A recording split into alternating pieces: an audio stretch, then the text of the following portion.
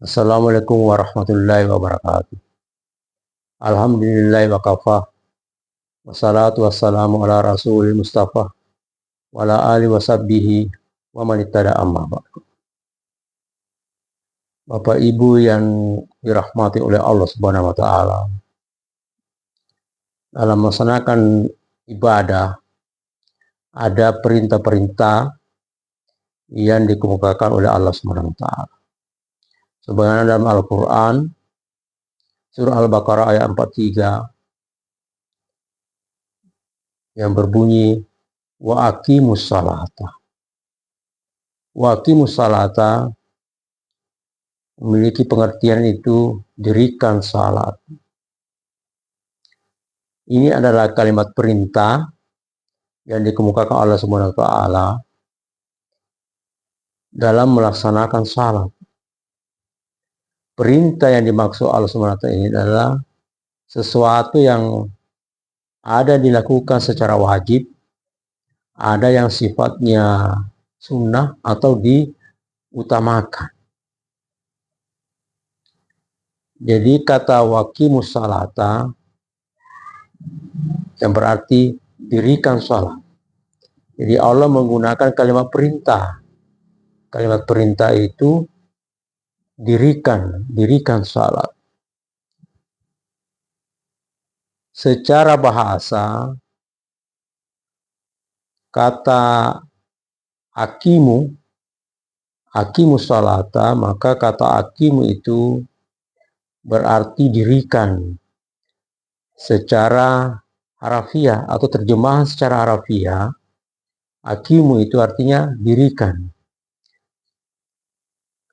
Ini adalah kalimat perintah yang dikemukakan oleh Allah SWT yang memerintahkan kita untuk melaksanakan sholat.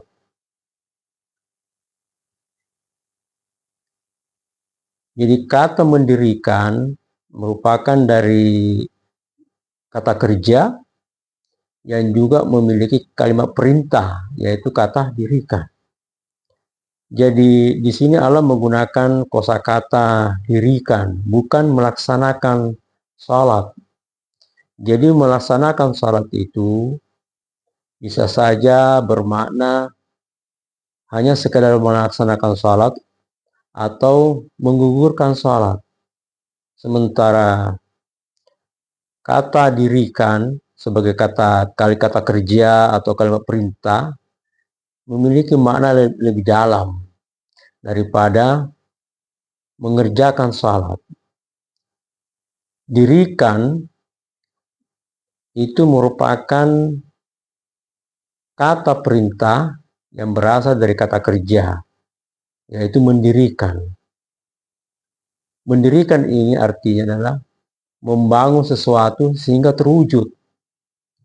Misalnya membangun rumah sehingga terwujud jadi rumah. Membangun gedung sehingga terwujud jadi gedung. Nah, sekarang pengertian dirikan salat di sini adalah menegakkan salat secara sempurna. Jadi menegakkan salat secara sempurna, baik secara lahiriah dan secara batin. Nah, inilah yang dimaksud dengan kalimat perintah itu dirikan salat. Jadi mendirikan salat itu adalah bagaimana kita menegakkan salat. Menegakkan salat secara sempurna atau melaksanakan salat secara sempurna, baik secara lahiriah maupun secara batin. Kalau secara lahiriah dalam mendirikan salat dapat berarti misalnya kita melaksanakan salat misalnya berdasarkan gerakan salat. Gerakan salat itu misalnya takbiratul ihram, ruku, sujud. Nah, itulah semua gerakan-gerakan salat yang dilakukan sebagai bagian dari mendirikan salat. Jadi bagaimana kita melaksanakan salat secara sempurna atau menegakkan salat. Jadi menegakkan salat itu artinya itu bagaimana itu mendirikan hingga sempurna dalam melaksanakan salat. Baru kemudian secara batin. Secara batin di sini ketika kita melaksanakan salat berarti khusyuk. Bagaimana kita secara khusus dalam melaksanakan salat. Atau misalnya batin kita tenang. Kita merasa tentram ketika kita melaksanakan salat. Jadi tadi dikemukakan dalam surah Al-Baqarah ayat 43 itu, ayat 1 itu, yaitu waqimus salata. Perintah melaksanakan salat.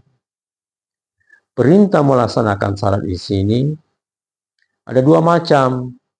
Pertama, ada yang hukumnya wajib. Yang wajib dilakukan, dilaksanakan, yaitu salat fardu. Yaitu salat fardu kan ada 5. Ada salat duhur, ada salat asar, kemudian maghrib, salat isya, hingga subuh. Nah, inilah salat fardu yang wajib dilakukan setiap hari. Berarti perintah melaksanakan salat itu ada yang hukumnya wajib. Kemudian ada perintah melaksanakan salat hukumnya tidak wajib, tapi hukumnya sunnah atau diutamakan. Jadi ada salat sunnah yang kita bisa lakukan yang diutamakan dari sisi pahala, yaitu kita melaksanakan salat sunnah sebelum salat fardu, misalnya 2 rakaat sebelum dan sesudah salat fardu. Apakah itu salat duhur, kemudian 2 rakaat sebelum salat asar, kemudian salat sunnah juga dilakukan sebelum dan sesudah salat maghrib, begitupun salat isya, lalu kemudian kita melaksanakan salat sunnah sebelum salat subuh. Nah, inilah perintah salat yang telah dikemukakan oleh Allah SWT yang sifatnya diutamakan. Hukumnya bukan wajib, tapi sunnah dan diutamakan. Jadi ada salat dilaksanakan yang memang hukumnya wajib, salat fardu.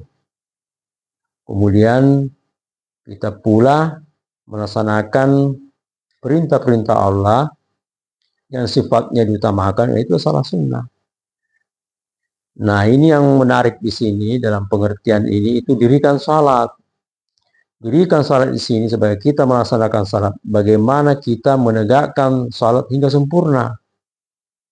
Jadi bukan sekadar menggugurkan salat atau melaksanakan salat. Nah, inilah hikmah tadi surat Al-Baqarah 43, adanya perintah mendirikan salat. Jadi mendirikan salat di sini yang dimaksud adalah menegakkan salat secara sempurna, baik secara lahiriah maupun secara batin. Secara lahiriah tadi, misalnya tadi, yaitu gerakan salat kita lakukan, ruku. Banyak pengertian-pengertian atau contoh-contoh yang bisa dilakukan terkait dengan menegakkan salat secara lahiriah. Misalnya dari sisi pakaian yang kita pakai untuk melaksanakan salat. Kita misalnya mengenakan pakaian yang bersih. Kita mungkin menyiapkan pakaian-pakaian khusus untuk salat, misalnya baju gamis. Nah, itulah bagian dari menegakkan salat. Jadi di sini dalam menegakkan salat itu, yaitu melaksanakan salat secara sempurna, di mana kita punya perhatian dalam melaksanakan salat, kaitannya pula dengan aktivitas kita sehari-hari. Jadi bagaimana kita misalnya dalam setiap hari ini, kita melakukan kegiatan rutin, mungkin pekerjaan-pekerjaan rutin dilakukan, dengan tetap memperhatikan dan mengutamakan jadwal salat fardu.